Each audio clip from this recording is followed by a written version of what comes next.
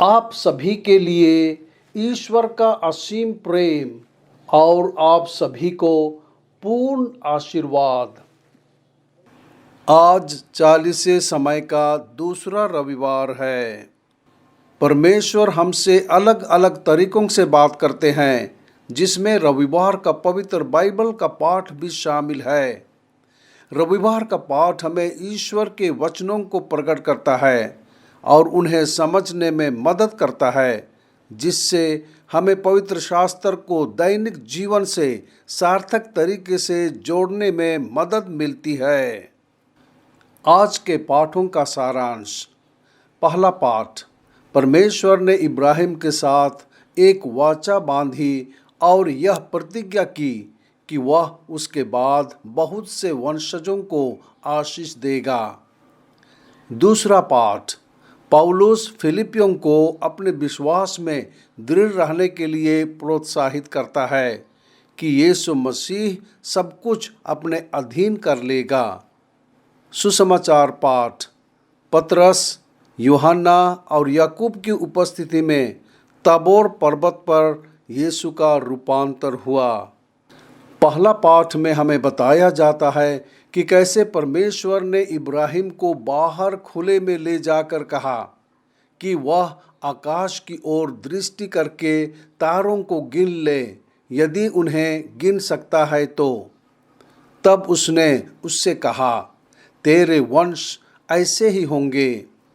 इस प्रकार से ईश्वर इब्राहिम और उनके वंशजों को आशीष देने की प्रतिज्ञा की। इब्राहिम ने परमेश्वर की प्रतिज्ञा पर विश्वास किया। उसके लिए इब्राहिम को विश्वास का पिता माना जाता है। आज भी हम इब्राहिम को विश्वास का व्यक्ति मानते हैं। इब्राहिम मानवता के लिए विश्वास के पिता हैं। आइए हम इब्राहिम से सीखें कि सभी परिस्थितियों में परमेश्वर पर कैसे विश्वास किया जाए। संत पौल ने फिलिप्पी में अपने भाइयों से कहा कि वे उसका अनुकरण करें और उन लोगों को चिन्हित करें जो इस तरह रहते थे, क्योंकि उनके पास एक अच्छा उदाहरण था। उसने उन्हें खुले तौर पर और सीधे तौर पर बताया कि वे आध्यात्मिक जीवन जीने के बजाय मसीह के क्रूस के शत्रुओं के रूप में रहते थे। कुछ बहुत संसारिक हो गए थे और पेट उनका देवता बन गया था। उनका मन सांसारिक चीज़ों पर लगा हुआ था। पौलुस ने उन्हें स्मरण दिलाया कि उनका राज्य स्वर्ग में है और उसी से वे एक उद्धारकर्ता प्रभु यीशु मसीह की प्रतीक्षा कर रहे हैं, जो उनके दीनहीन शरीर को अपनी महिमामय देह के समान बना देगा। ख्रिस्तीय जीवन जीने का मतलब आध्यात्मिक और अलौकिक जीवन जीना था। आइए हम एक सच्चे ख्रिस्तीय जीवन जीने की कोशिश करें। संत लूकस के सुसमाचार में हमें ताबोर पर्वत पर यीशु के रूपांतर के बारे में बताया गया है। यीशु अपने साथ पतरस, यूहन्ना और याकूब को ले गया और प्रार्थना करने के लिए पहाड़ पर चढ़ गया।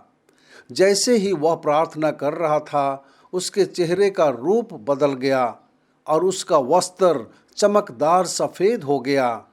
इस प्रकार यीशु का रूपांतर हुआ और दो पुरुष अर्थात मूसा और एलिय्याह उससे बातें करने लगे और उसके इस दुनिया से रवाना की चर्चा की, जो उसे यरूशलेम में पूरा करना था। उनके रूपांतरण में यीशु के पुनरुत्थान की महिमा की एक प्रत्याशा झलक देखते हैं। चेलों ने जो कुछ देखा था उसे गुप्त रखा। जब तक वे उसके जुनून और मृत्यु के साक्षी नहीं बन जाते, तब तक चेले यीशु के रूपांतरण को नहीं समझ पाए। जैसे हम यीशु के रूपांतरण की कहानी सुनते हैं, हम यीशु के पुनरुत्थान की आशा करते हैं। उसी तरह जैसे हम यीशु के जुनून, पीड़ा और मृत्यु को याद करते हैं, हम पाप क्षमा और मुक्ति की आशा करते हैं। हम यीशु के दुख और मृत्यु के अर्थ को समझने का प्रयास करें। हमारे उद्धार या मुक्ति के संबंध के बिना यीशु की पीड़ा और मृत्यु का कोई अर्थ नहीं है। यीशु के पुनरुत्थान का भी अर्थ है जब हम समझते हैं कि यीशु हमारी मृत्यु के बाद हमें फिर से जीवित करेंगे और हमें अनंत जीवन प्रदान करेंगे। प्रार्थना। हे प्रभु यीशु ख्रिस्त, आप हमें बचाने के लिए इस पृथ्वी पर आए। अपने दुख भोग और मृत्यु के द्वारा आपने हमारे पापों की कीमत चुकाई और हमारे लिए स्वर्ग का द्वार खोल दिया। आपकी पीड़ा और मृत्यु के इस रहस्य को समझने में हमारी सहायता करें।